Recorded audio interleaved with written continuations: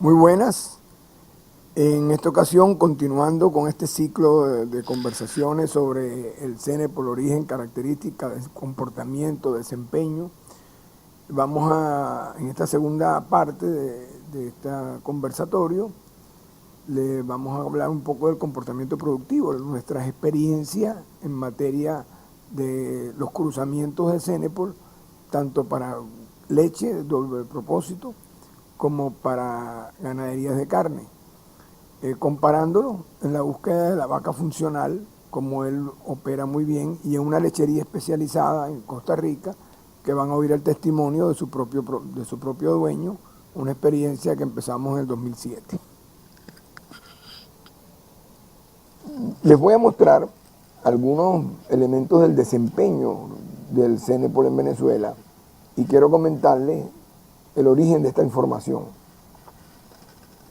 En los años 2006 se iba a celebrar en Panamá para el 2007 los 30 años de la Asociación CENEPOL de los Estados Unidos. Y ellos quisieron hacer una convención internacional a nivel de perfil con un perfil más alto. Y a todos los países que iban a participar le pidieron de alguna manera que presentaran alguna información sobre el desempeño. En ese momento, la señora Beatriz Díaz, que estaba al frente de la asociación, debo hacer mención especial de la señora Beatriz, ella y su esposo fueron los precursores del CENEPOL en América Latina. Ellos conocieron el CENEPOL en San Croix. Según la expresión que me ha dicho la señora Beatriz, el esposo le dijo a su señora, esta es la raza que necesitamos difundir en América Latina. Ellos eran distribuidores de ABC, especialmente Holting, para toda América. Y radicados en Caracas, decidieron comprar embriones y semen y traerlo a Venezuela. Y empezaron a ver las bondades. Y de alguna manera, ellos, como tenían esa relación de vender semen por toda América Latina, empezaron a ofrecer el CENEPOL por América y de alguna manera son los responsables de que el CENEPOL se saliera del closet de las Islas Vírgenes y se difundiera por América Latina. Y yo, en lo personal, creo que los méritos que ellos tienen, la historia se los va a reconocer, como se los reconocemos mucho. Pues bien, la señora Beatriz en esa ocasión me pidió que fuéramos a Mene Grande a visitar a Isilio Melián, un cliente que ella le había vendido mucho semen y que estaba muy contento con el trabajo, que quería que yo viera ese rebaño, que ella tampoco lo conocía, pero tenía muy buena información. Fuimos, los visitamos y nos asombramos que casi todos los animales en Mene Grande, una zona caliente, húmeda, de materas típicas zulianas. La diferencia es que cuando yo estudiaba en el Zulia, las materas eran de piso de bosta y techo de cielo. Aquí nos encontramos con materitas más o menos organizadas. Y entonces nos encontramos con una información importante que tenía Isilio Melián, muy organizado este joven, un joven ingeniero, que tenía mucha información a punta de lápiz. Tenía muchos cuadernos donde tenía lactancia, las montas o los apareamientos, los nacimientos, la producción mensual, los días de secado, algunas lactancias calculadas. O sea, tenía una buena información, manejaba muy bien los datos. Lastimosamente, en el papel, lo cual le impedía hacer mejores análisis. Bueno, me entusiasmé, tomé la información y me la llevé. Y me estuve casi un año analizándola porque eran como 300 copias en papel. Lo importante fue que logré sacar 2 lactancias cerradas del rebaño con información completa de los padres, más no las madres. El número de la madre, pero no la composición racial. Y consideramos que todo eso era mosaico zuliano. Y sobre mosaico zuliano, los padres CENEPOL Holstein, pardo suizo. Y bueno, la producción de leche por lactancia en estos grupos de las hijas de los toros que usaba fueron estas: el Holstein Brahman, la menor producción, y el pardo suizo sobre mosaico, la mayor producción. El Senepol también estaba dentro de los más bajos, con 1800 kilos, y sin lugar a duda el Holstein con buena producción, pero se coló aquí un toro que él usó, que era el toro Tim, un F1 que se hizo el Art Martin en los Estados Unidos, que era Senepol Holstein rojo, que por cierto todavía hay semen disponible en el mercado de ese toro. Y bueno, estas fueron las producciones. Cuando fuimos a ver la edad primer parto, muy similares, entre 36 y 38 meses, pero donde se destaca que las menores fueron el toro Tim y el Holstein, con 36 y 37 meses, pero muy similares. Cuando calculamos los intervalos entre partos, ahí sí nos asombró que el Senepol y el pardo suizo fueron los menores. En línea general el rebaño estaba muy bien, porque estaba menor de 400 días. Sin embargo, se destaca el Senepol con 325, o sea, la repreñé fue a los 40 días, 45 días, antes de los 50 para llegar a este promedio. Mientras que los Holstein fue un poquito mayor. En cuanto a los días secas, claro, por el intervalo entre partos, el Senepol y el pardo suizo se llevaron la bandera, mientras que el Holstein y el Holstein Brahman y el Holstein mosaico ya no había información del toro Tim, por eso, porque nada más que lo había usado en los últimos 2 años o 3 años y las hijas tenían apenas una lactancia. Pero luego hicimos un análisis de las expectativas de producción, las expectativas llevando una vida de 12 meses, o sea, de 12 años. Nos encontramos que el pardo suizo se llevó la batuta en productividad, con 20.000 kilos, seguido por el Senepol. Y dijimos, bueno, ¿qué pasó aquí? Bueno, un parto más. Mientras que las Holstein tenían, y los hijos de los Holstein Brahman tenían 8 partos, estos tenían 9. Entonces, bueno, se ganó al final de los días.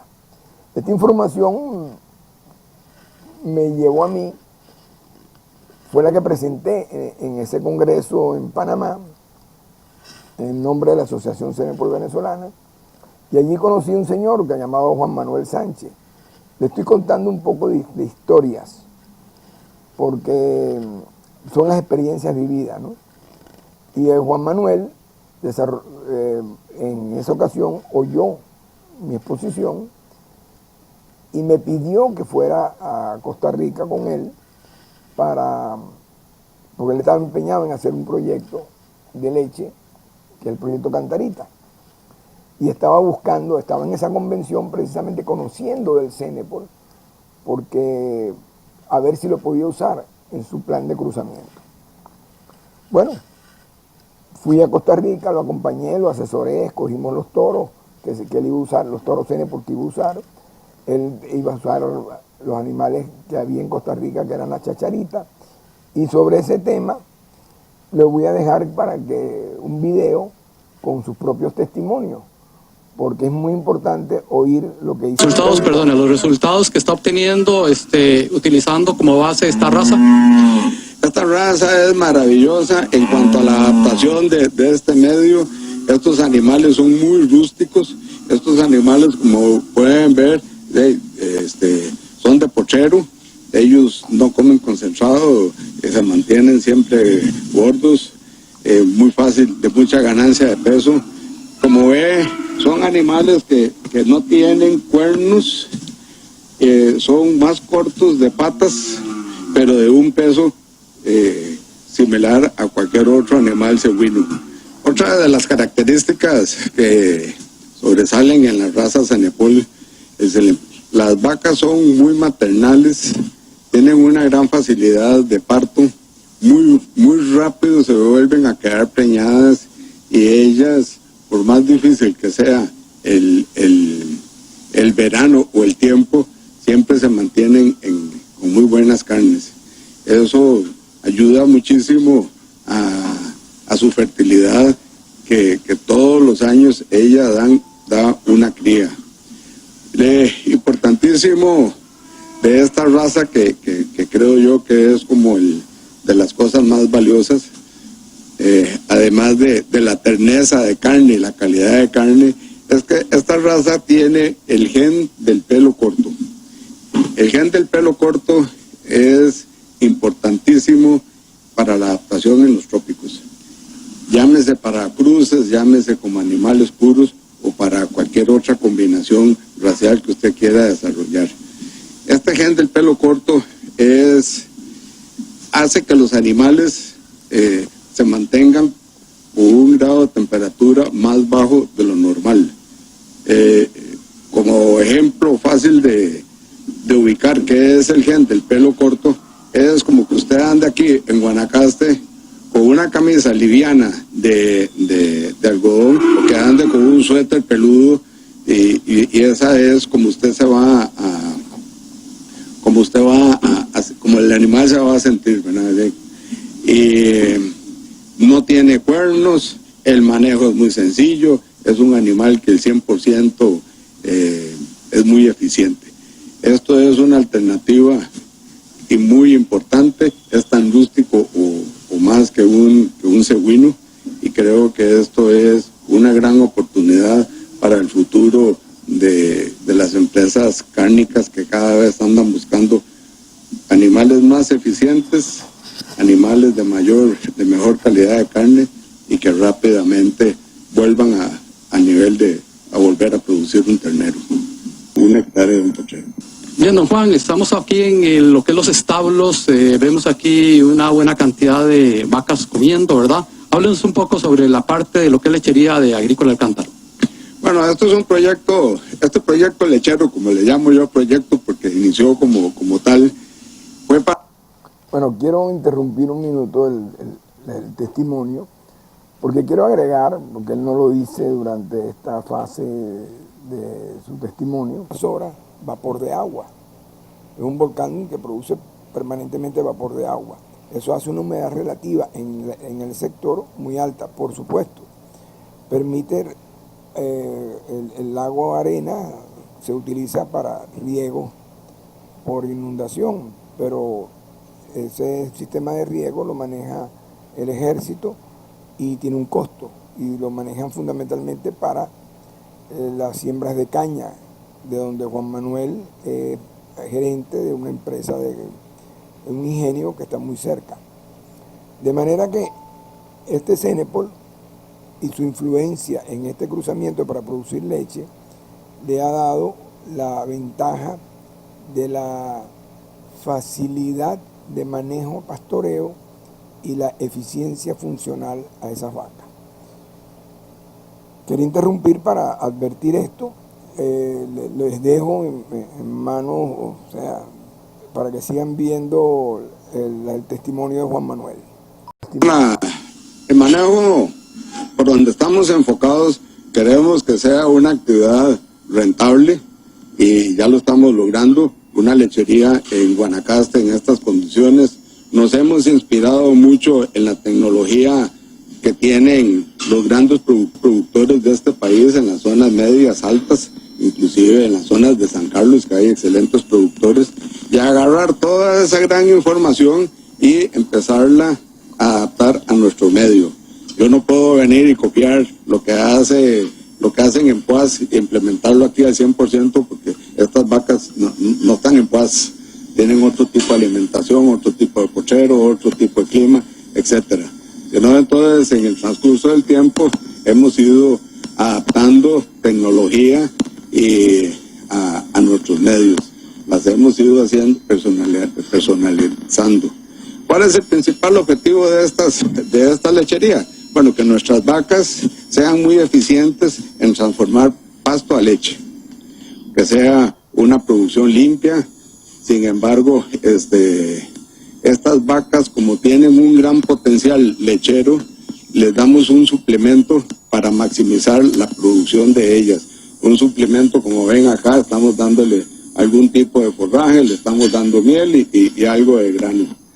Hemos trabajado tremendamente en bienestar animal, que se ve reflejado en el tarro de leche, en la producción, ¿verdad? Hoy por hoy, en estas condiciones tan severas de nuestros climas, mediodía, jalamos las vacas aquí antes, se comen un gallito, tienen un mejor confort, y ellas lo agradecen después en su producción.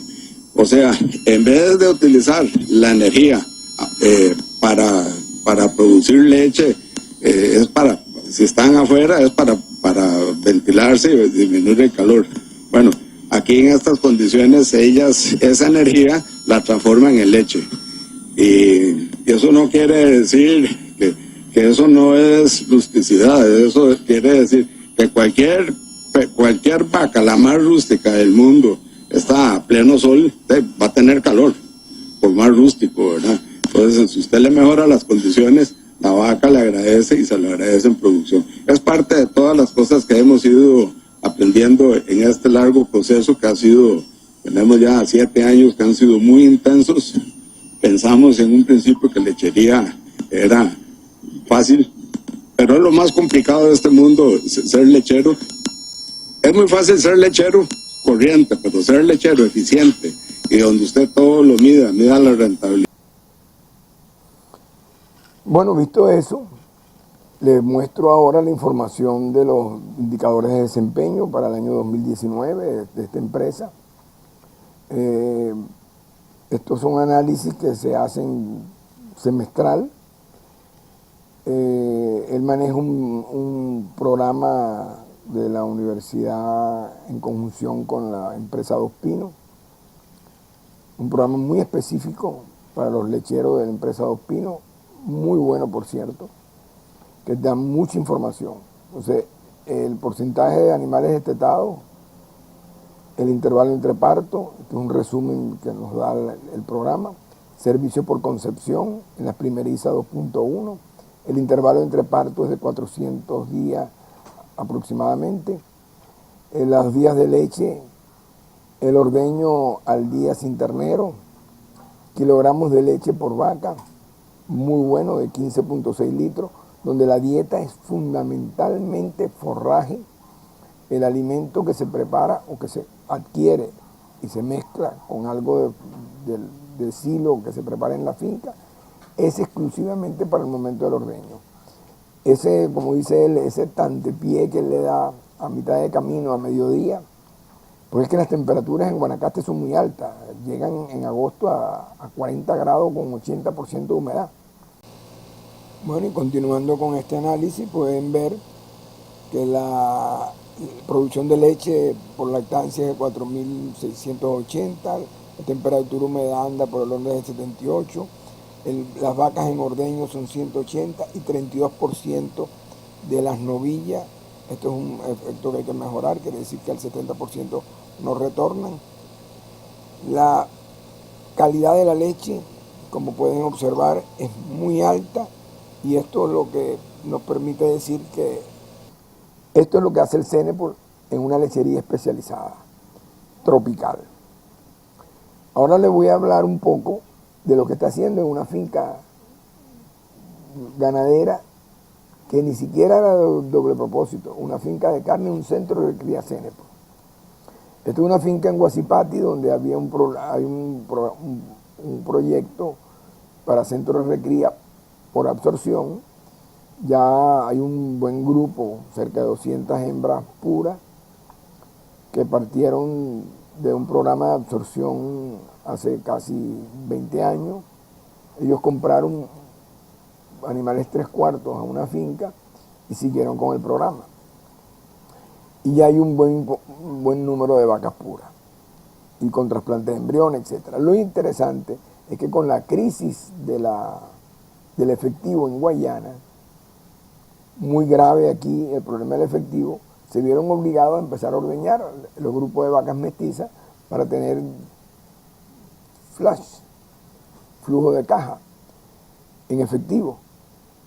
Y nos sorprendimos porque esta es la curva de producción media de una lactancia en 9 meses de información.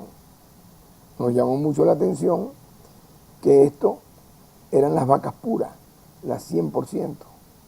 O sea que hay una habilidad en producción de leche en la raza intrínseca, con unas lactancias bien sostenidas en el tiempo, entendiendo que son de 4 litros a 3 litros. Pero este es el comportamiento del rebaño doble propósito en el país, inclusive usando razas especializadas. Cuando empezamos a evaluar sobre los distintos grupos raciales que participaban en los ordeños, nos dimos cuenta que las 87% eran un poco mejor, producían un poco menos. Recordemos que en esta finca, debo recordarle que en esta finca es Brahman Senepol. Aquí no hay animales especializados, excepto unos casos que se usaron. Que precisamente este grupito que dice 63.7%, estas columnas que sobrepasan, son precisamente un rebaño hijas o nietas de un toro Carora, porque a unas vacas 3/4 Senepol Brahman se les introdujo un par de toros Carora, y esos toritos hicieron un trabajo y sus nietas, ya cruzadas con Senepol, dieron estos resultados. De manera que cuando hay alguna presencia de un animal especializado, aunque sea en 30%, inmediatamente cambia el panorama en cuanto a producción de leche. Y eso nos dice que definitivamente es un animal que nos da ciertas ventajas en los cruzamientos en leche contra los acebuados o cebuinos, porque los cebuinos, aparte de la indocilidad, también nos introduce una lactancia corta. Y por eso es que decimos que el Senepol es una raza complementaria para la búsqueda de la vaca funcional, tanto de leche como de carne. ¿Por qué? Por su capacidad de disipar calor, pelo corto, glándulas sudoríparas funcionales, glándulas sebáceas profundas, piel abundante que sirve como radiador. Eficiencia en la conversión alimentaria, porque tiene algunas bondades como la estructura de barril, la profundidad abdominal, y eso le da más horas de pastoreo aunado al aumento de la disipación del calor. En vez del mediodía estar descansando, al mediodía está comiendo. Si usted entra en un potrero, en cualquier finca del llano venezolano, y no llano también, en zonas húmedas sobre todo, a la 1 de la tarde, con el sol arriba, usted verá que el 80% de las vacas están descansando. No están comiendo ni están rumiando. Son muy pocas las que están ahí. Cuando usted tiene un rebaño Senepol o cruzado con Senepol, nota la diferencia. Inmediatamente las rojitas están todas distribuidas comiendo. Y las blanquitas, las negritas, las pintaditas, están generalmente esperando que pase a una mejor hora, porque el gasto calórico, la producción de calor ruminal, tratan de suprimirla, porque no pueden disiparlo en ese ambiente tan hostil. Esto unido a la facilidad de parto, a la baja estatura, al crecimiento sostenido a pastoreo, a la habilidad materna alta, a la lactancia media y abundante, o sea, son medias pero abundantes en el tiempo, al temperamento dócil, a que tiene una gran calidad de carne. Y aquí quiero hacer un punto de análisis. Puerto Rico es una isla que depende de los Estados Unidos para su alimentación. Todo el transporte de alimentos que llega a Puerto Rico lo maneja el ejército, en barco o aviones. Lo que quiere decir que para mantener el mismo costo o el precio al público, el ejército americano es el que maneja o subsidia el transporte. Eso hace poco competitivo la producción de carne que se produce en Puerto Rico versus la que viene de los Estados Unidos, porque tiene un precio que no lo pueden ellos manejar. Y sobre todo la calidad. La Universidad de Puerto Rico, en Mayagüez, el doctor Danilo Cianzo, empezó desde hace muchos años a trabajar con una línea de Cenepol con Charolais, buscando el cruce correcto y apropiado para darle calidad de carne a bajo costo para poder competir y que sea sustentable la producción de carne en Puerto Rico. Además, tierras costosas por aquellos de los americanos que vienen a invernar. De manera que en esos estudios ellos determinaron que el Cenepol es de los animales que tienen la mayor carga genética para la terneza. Hay unos marcadores moleculares, carpaína, carpastatina, que la combinación de ellos implican grasa y terneza. Y la carpaína es la que marca más hacia la terneza y la carpastatina más hacia la grasa. Y en el equilibrio de marcadores moleculares del Cenepol tienen muchísimos más marcadores de carpaína que de carpastatina. Y eso ellos concluyeron que es la carne más tierna. El Charolais es al revés, tiene más grasa, menos terneza. Y entonces la combinación que ellos manejan es en la búsqueda de esa terneza con la eficiencia pastoreo del Cenepol. De manera que podemos decir con propiedad y con estudios que la terneza va implícita en la raza porque tiene los mayores marcadores moleculares que inclusive algunas razas Bostauro europeas. Y otra cosa que nos hemos dado cuenta que a los carniceros les encanta los Cenepol por el mayor rendimiento carnicero. No que tengan mayor rendimiento en canal. Un toro de 500 kilos Brahman y un toro de 500 kilos mestizo Cenepol o Cenepol a lo mejor rinden parecido en el canal. Sin embargo, cuando se viene en la fase de deshuese o desposte, se dan cuenta que tienen entre 5 a 8% más de carne que otra raza, por aquello de un hueso menos denso. Más. También podemos hablar del desempeño en una finca en el estado Monaga. Esto es un poquito más viejo, esto lo hice yo en el 2005-2006, esto es una finca que yo atendía para esa época. Lastimosamente en esa finca se vendió y ya yo no formo parte de esa empresa. Pero en aquel momento medimos muy bien, tenían un centro de recría Brahman, un centro de recría Cenepol y los cruces entre ellos. Como ven, no hay mayor diferencia entre los grupos raciales que evaluamos. Podemos decir que es la misma información. Y esta ligera diferencias que se pueden notar aquí en el Cenepol y Brahman contra los cruzados, para mí se debe al manejo, porque estos estaban en una finca, estos estaban en otra. Y aquí, como eran los puros, se le daba, sin lugar a duda, un poco mejor de atención. Porque yo esperaba que estos fueran mejores, pero mucho mejores por la hibridación. Sin embargo, por eso es que esto no tiene mayor relevancia.